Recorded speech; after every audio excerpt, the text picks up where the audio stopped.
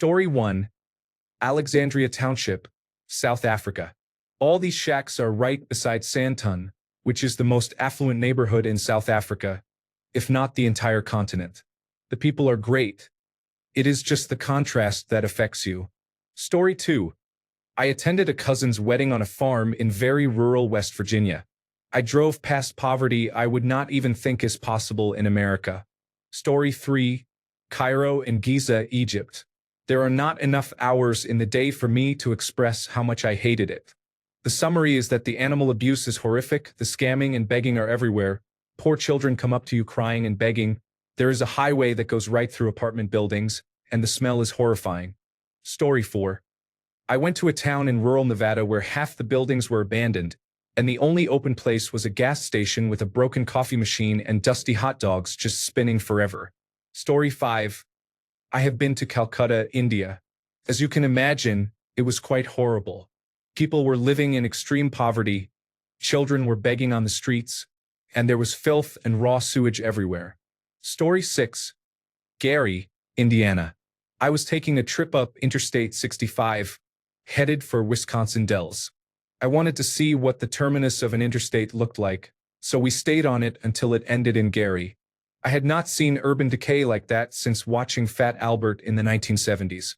Story 7. Some large cities in northern India are not well known. They are characterized by poverty, trash, smoke, and dilapidated buildings. Story 8. Luton or Peterborough.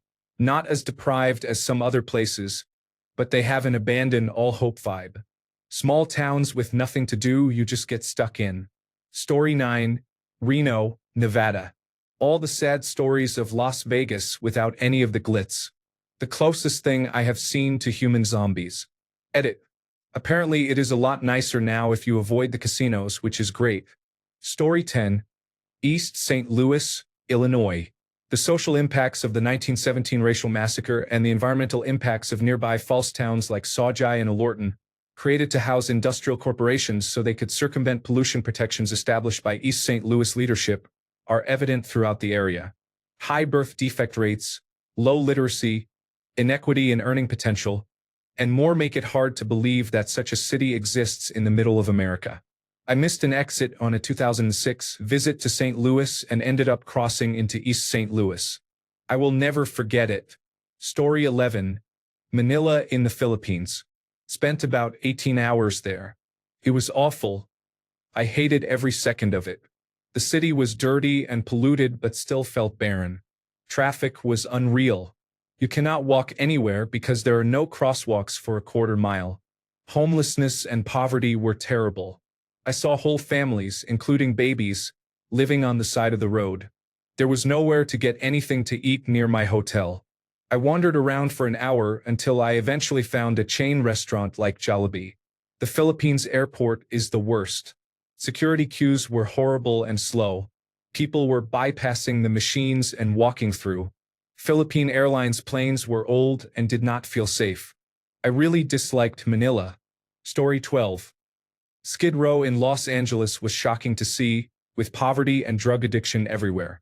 It did not even look safe to drive through. It is sad to witness this level of neglect for people in the most advanced economy in the world. Story 13. Huntington, West Virginia. During the 1990s, I was there off and on for sports. Of the approximately 10 to 14 days I spent there over a few years, there was exactly one day when the sun was out. Downtown was a ghost town. The city was not run down, but it had a very sad feeling. It is strange because the area is pretty, yet there was a general sadness throughout the entire town. Story 14. Tijuana, Mexico, specifically the San Isidro border crossing, is where the most desperate people converge and get stuck hoping for a chance to cross into the United States. There are all types of severely disabled people and children begging for spare change, street children selling candy, drug addicts, and more. In the United States, it may be Crescent City, California. I visited with a girlfriend to see her family, and despite the natural beauty and coastline, it is gray and dreary. Story 15. Manila was pretty dire. I saw my first ever shantytown before being quickly guided to the affluent area. Story 16. Hays, Kansas.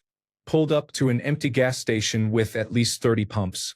Parked at a pump to grab some snacks before filling up. My friend went to use the bathroom, and the woman at the register started berating me, asking, "Is that your friend? What is he doing in there? Are you going to buy anything?" All within about 3 minutes of entering and browsing the snack aisles. My friend came out, I paid for my snacks, he paid for his, and we went to fill the tank and sat in the car to eat before getting back on the road. After about 30 seconds, the lady came storming out and said, "You cannot park here. You are blocking the pump." There were 29 open pumps besides ours. Honestly, I feel bad for her and hope she is doing better. Story 17. Dubai, United Arab Emirates, is a country criticized for widespread human rights violations. Its wealth comes primarily from natural resources, yet the population often appears ungrateful for their good fortune. Story 18. Southend. I have seen men expose themselves in the middle of a busy street and start urinating right in the road. I have stepped over people passed out in the middle of the street due to drink or drugs. I called emergency services, but they did not respond. I have witnessed full-on fistfights leaving people bleeding heavily all over the street. Classy place. Story 19. When I was 8 years old, I visited the Dominican Republic with my parents. Children my age were begging in the streets.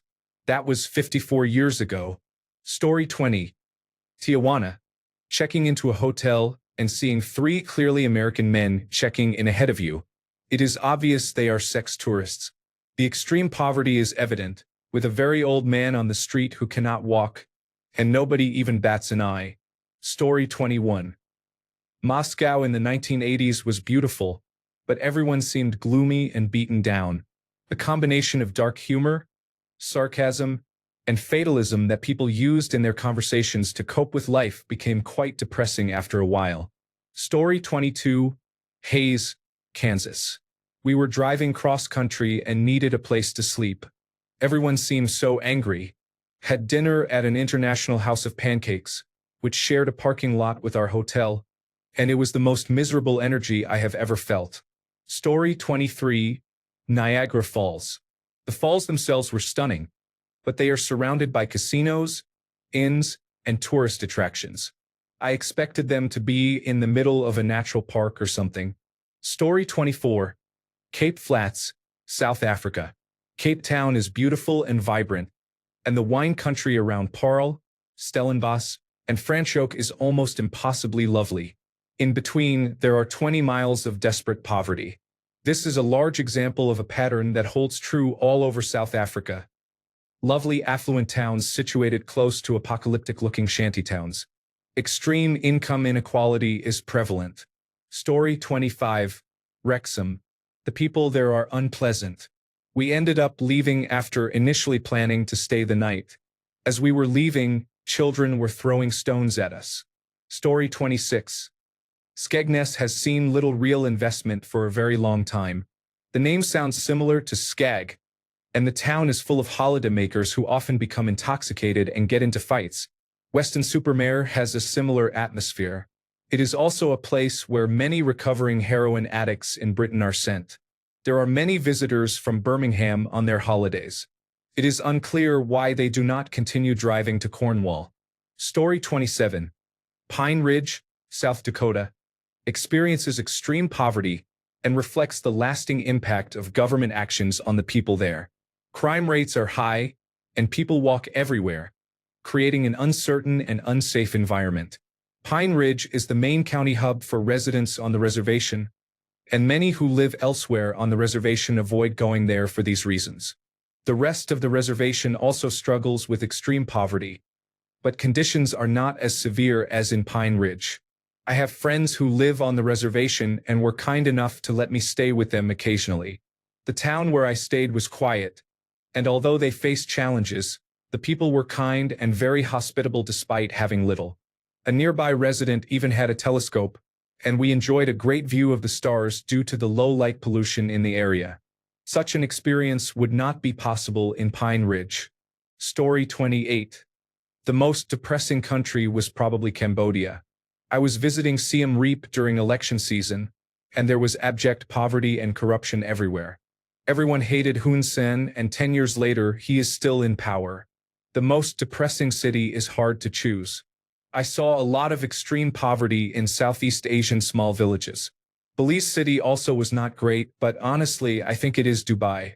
The city is nice and clean, but every single person I met hated living there and genuinely seemed depressed.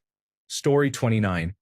Southeastern Kentucky, filled with beautiful hollows and hills, majestic mountains, but down in the valleys passing through, it can be desolate and filled with despair. Some areas feel abandoned, and people are riddled with addiction and poverty. I was raised there.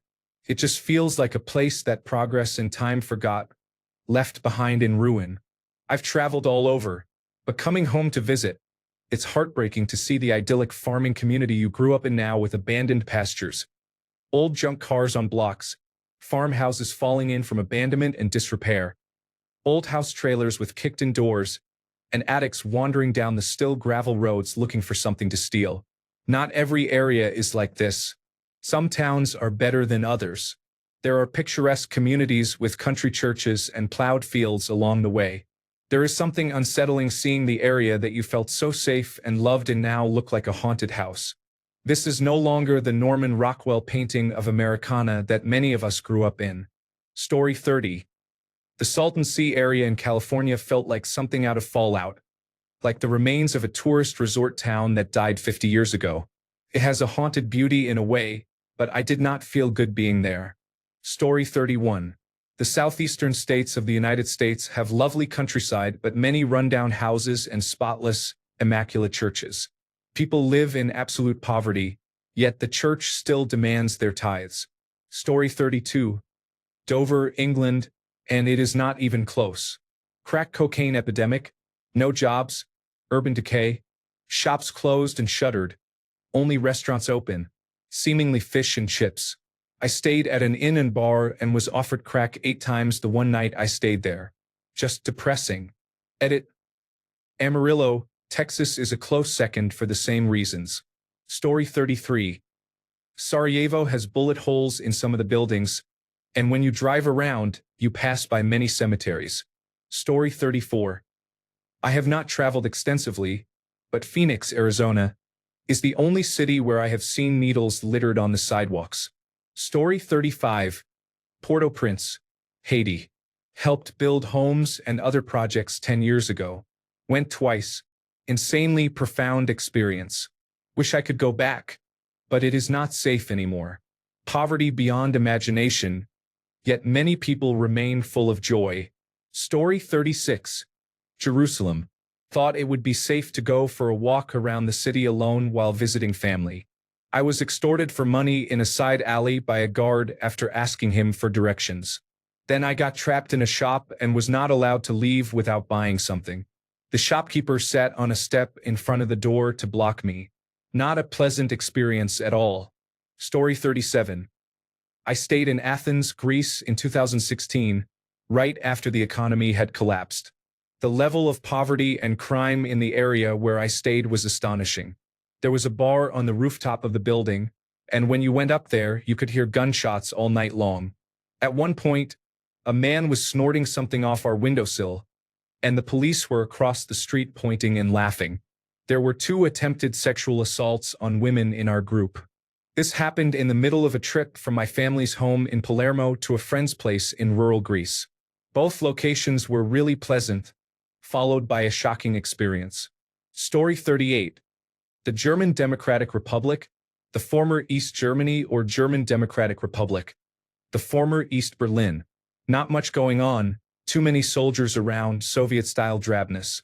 We were glad to get back to West Berlin, which was full of things to do, buy, eat, and drink, and trouble to get into. We were 17. Story 39. Honestly, the western side of Oahu is less developed. Once you are away from the tourist areas, the western side of the island is poor, and the buildings appear worn. Story 40. Austin, Indiana, about a half-hour north of Louisville, Kentucky. I teach in southern Indiana and am forced to go to that town once a year for an academic competition. It is a small rural town where many things went wrong. They became known as the heroin and HIV capital of the world. Over 200 people in the town, with a population of 4,000, were infected with HIV as of 10 years ago. The incidence rate is higher than that seen in the most severe outbreaks in Africa. Much of the blame for this goes to former Vice President Mike Pence. They have gotten a bit of a handle on the HIV crisis, but you still see heroin users stumbling around the small town when you drive through.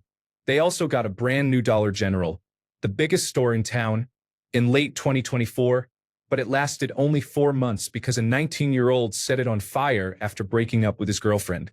Story 41. I took a wrong turn and ended up in a bad part of the Bronx around 1991. The place looked like a scene straight out of a 1980s dystopian movie. It was extremely grim, far worse than Gary. Story 42. I'm going to keep it local because many people have no idea how much desperate poverty exists in the eastern part of California. I have done 2 road trips. One involved driving from Phoenix, Arizona to the Mojave Desert to camp, by way of Barstow. There is lots of reservation land out there, abandoned and destroyed mobile homes and trash. So much broken glass along the highway it glitters. Another trip went north along the California coast to Oregon. Then we went inland for a festival and headed south toward Redding through Mount Shasta. There is also incredible poverty in the towns there, with houses abandoned, boarded up, or falling apart and trash. There were many Confederate flags, which was even more depressing. I can see how living somewhere like this can be alienating to people when it is in such a wealthy state in the wealthiest country on earth, and they are never mentioned or cared for. Story 43. I've been to the western United States recently, and large cities like Los Angeles and San Francisco seem depressing with so many homeless people. It is sad that so many people are going through this. As for my country, Poland, some small towns like Żary and Zagan have their oldest buildings completely ruined. They are not tourist destinations, though. Major cities look a lot better. Story 44. St. Petersburg, Russia. 2019. Beautiful city, but everyone had a look of despair and sorrow on their faces. There was no hope anywhere. Story 45. Aberdeen, Scotland. The greyest city in the world.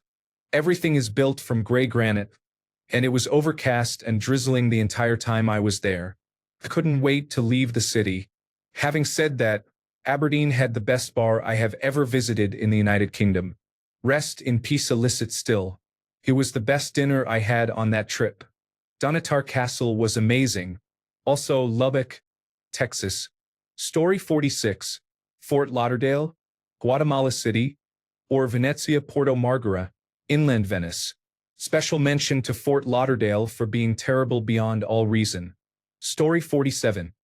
In 1989 and 1990, in Yugoslavia before the war, Belgrade resembled a scene from a black and white 1950s Cold War movie. The streets were empty, with nothing moving and nothing open. There was one shop with 20 old ladies waiting outside. No cars, no people, nothing. Further north, everyone wanted to be paid in German marks. Absolutely no Yugoslavian dinar. Everyone hated Serbia. I traveled through there 3 times back then, and Serbia and Belgrade were unpleasant places. Story 48. Most United Kingdom seaside towns that were popular resorts in the mid-20th century would and should walk into this list. However, narrowly beating Skegness and Great Yarmouth is the undisputed king of misery, depression, and destitution. A truly awful, miserable place. Blackpool. Never again. Story 49. Sao Paulo is dangerous. Homelessness is out of control. The river smells worse than sewage. There are mosquitoes everywhere. The air quality is awful. Traffic is non-stop, and everything is dirty. Story 50. Duluth, Minnesota, and San Francisco both have great potential, but are overwhelmed with drugs, homelessness, and litter everywhere. While there are worse places, these cities seem more depressing because they could be much better. Story 51. Cleveland. To be fair, I have not been there since the late 1990s, but there is a reason for that. Hopefully, it is less depressing these days. Story 52. Forks, Washington, was a very sad and depressing town. It was full of opioid addicts, closed stores, and people barely hanging on. The only revenue they received nowadays was from Twilight fans, whom they despised. Everything was overpriced, and the people were generally in a bad mood and unfriendly. Story 53. Topeka, Kansas. Salina, Kansas. Emporia, Kansas. Lincoln, Nebraska. Beatrice, Nebraska. All towns in Wyoming. Story 54. When I flew into Thailand, I instantly disliked Bangkok, but we were only there for about 5 hours. I couldn't get out of the city fast enough, although it wasn't the worst experience. We then took a long bus ride, approximately 15 hours, to reach the islands. We went straight to Koh Samui. Our plan was to spend one night in each city on the island and travel clockwise around it. The first city was called Mae Nam, I believe. It was my favorite place we visited. The town was quiet, with many nice places to eat, some shopping, and empty beaches. The next stop was a town with the large golden Buddha statue. I disliked that town, but still, it was not the worst. On the third day, we went to a city whose name I do not remember, but it was the most metropolitan area. It was absolutely disgusting, and not because it was a developing country. It had very little to do with the locals. It was the tourists, particularly the Americans. People were treating the locals very poorly, vomiting in the streets around 2 p.m., taking haggling too far. Many were visibly under the influence of drugs during daylight hours. I attended a full moon party for about 30 minutes. It was not for me. I actually enjoyed drinking and partying, but this was beyond that. The tourists had a mindset of they pay someone to clean that and treated everything as disposable. It made me feel sick. We also spent 3 times more for everything in that city, while receiving only 1/3 the quality. Our bungalow on the first night cost $35 and had a private pool, a beach, Wi-Fi, and other amenities. In the city, we had to pay $120 for a room that looked like a prison cell, with chipped paint and old mattresses. Felt like we were at Alcatraz. We slept with our clothes on and packed them in plastic bags in our luggage. It was a terrible experience. The next day, my now husband and I decided to turn back to the place where we had stayed the first night. After that, we had a magical time. We had also planned to take the bus back to Bangkok, but decided to fly instead, paying more than we wanted. If anyone has read this far and wants to see the islands, I cannot stress enough how worth it is to fly rather than take the bus. We had met several backpackers over the years who raved about the bus and gave us directions to Koh Samui, but it was awful, torture, really. The flight was about 35 minutes. You are barely in the sky before you land again. It is definitely worth it compared to a 13-hour bus ride that smells terrible. Story 55. Famagusta, Cyprus. I don't know if it has changed, but there were many buildings that had been constructed. However, because of the conflict between the northern and southern parts of Cyprus, nobody ever moved into them. As a result, it is now a completely derelict city. There is a viewing point on the south side of Cyprus where you can look at it. It is literally referred to as the ghost town. Story 56. Zanesville, Ohio. Businesses boarded up. No parks or recreation for children. The highway that goes through is US Highway 666. Story 57. Bucharest, Romania. I was really looking forward to going because my company has an office in the city and our Romanian colleagues are quite charming. I bought a book about the country and learned a few sentences in Romanian. My company finally decided to host a meeting in Bucharest, and I got to travel there. It seemed like everybody, restaurants, taxis, shops, were trying to scam me because I was a foreigner. I bought an umbrella, and the shopkeeper was frantically peeling the price tag while shouting that the price was 10 euros. Of course, they wanted euros instead of letting me pay with card. I even got scammed at the post office. I sent a postcard, and the lady, instead of putting it in the mailbox with the rest of the letters, kept the postcard in her desk. Of course, the postcard never arrived. I was so disappointed by everything that I changed my return flight to go back to my country earlier. I am never going to set foot in Romania again. Story 58. Los Angeles and San Francisco. Coming from Europe, we wanted to walk to our hotel after dinner because we had just arrived in the city. After 2 blocks, We stopped at a well-lighted crossroad and ordered an Uber because we did not feel like getting into a fight with drug abusers. Story 59. Sure, it has changed a lot, but I visited Beijing in the late 1990s and remember it looking every bit like the communist hellscape people picture Russia as. Story 60. Shenzhen. Maybe I am too far removed culturally, and I really stood out. I felt that everybody was hyper-conforming in the way they dressed and acted. There was smog in the air. People really kept to themselves. It was like I was in a robotic, cold, technically advanced dystopia. Story 61. Liverpool won the Capital for Culture Award, which usually results in significant investment, leading to an increase in tourism and improved main roads. However, in Liverpool, large plywood walls were constructed on either side of the main roads, with a tropical mural painted on them. Story 62. Columbus, Ohio has absolutely no character. It is soul-sucking with chain restaurants everywhere. Cincinnati and Cleveland, on the other hand, are pretty cool. Story 63. Moscow, and it is not even close. I have been very lucky to travel a good percentage of the world, privately and a lot with my job. To give you an idea, near Red Square is a place where people throw coins for luck. Poor women were trying to grab the coins. The Russians were all laughing at them and throwing the coins farther, so they scrambled around. Story 64. I felt this way about Gallup, New Mexico when I spent the night there with my family at about 15 years old.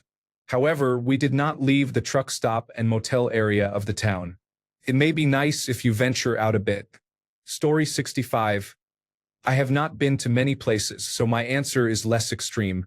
Mountain Home, Idaho. Feels like an inescapable loop of despair. Despite its name, it is actually in a flat desert. The only advantage it has is the Air Force Base, but that is quite far from town. There are many worse places in the world, but that one is quite bad. Also Lehigh, Utah, but only because of the multi-level marketing companies that operate there. Story 66. Philadelphia, Pennsylvania. It was like you took every negative thing about Boston and New York and turned it into a city. Story 67. Middlesbrough, located in the north of England, is a town that was largely abandoned in the 1980s and has since become a bleak shadow of its former industrial self. While it is not as deteriorated as some other places, it remains one of the less desirable locations in the United Kingdom. An honorable mention goes to the village of Llanerchwymed on Anglesey in Wales, where I used to live. It is a very traditional and insular community, primarily for locals. It has been compared to Royston Vasey, a fictional village from the television series The League of Gentlemen. There is also a local belief that Mother Mary was buried there. Story 68. Denver, Colorado was pretty sad the last time I went there 2 years ago, as there were so many closed and empty spaces. From storefronts to rental offices and residential areas, it seemed like a shell of itself compared to before the COVID-19 pandemic when it was bustling. Story 69. Selma, Alabama, in the United States of America. It looks like the setting of a post-apocalyptic zombie video game. Story 70. Do not remember the name of the town, but it was a dying, depressing place in southern Alberta. We were just walking downtown, and a group of young cowboys started threatening and harassing us until we got in our car and drove away. I guess that is their source of fun. Nothing else to do. Story 71. Probably Tri-Cities, including Kennewick, Richland, and Pasco, Washington. I will add Yakima and most of the valley to that list as well. Story 72. Binghamton, New York, was depressing but somehow also terrifying. I remembered it being creepy when I visited as a child, and when I went back this winter, it still made my skin crawl.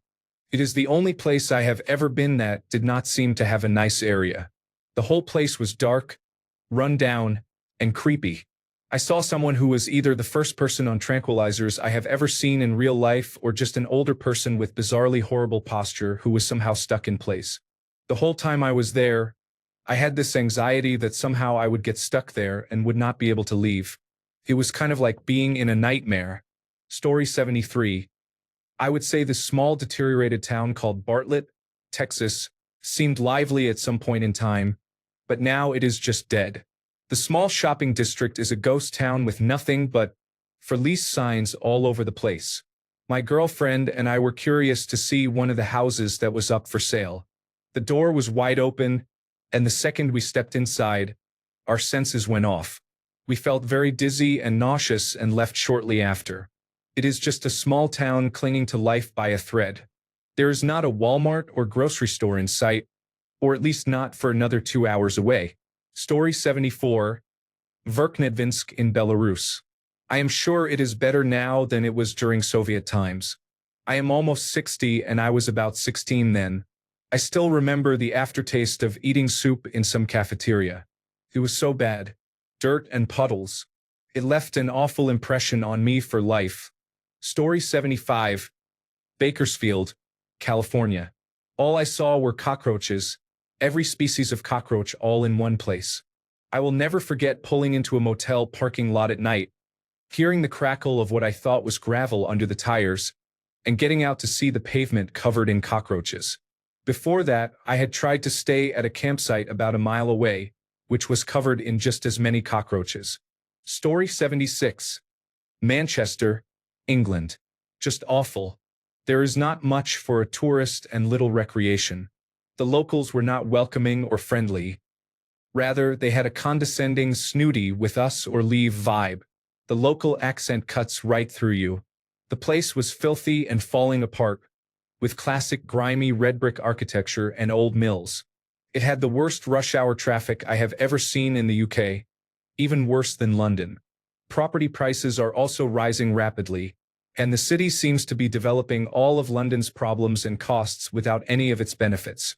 The area was full of troublemakers and homeless people looking to start something, or tough individuals who thought they were hard. One of them resembled a known criminal and was wearing a gray tracksuit, almost like he had just been released from prison. I felt miserable, unwelcome, and quite unsafe from start to finish. I was there for work and had all my expenses covered. What an awful place. Liverpool, Newcastle, even Birmingham, at least in parts, were much better. I will grant that the surrounding countryside is hauntingly beautiful, and there are many pretty places not far away, but that is about it.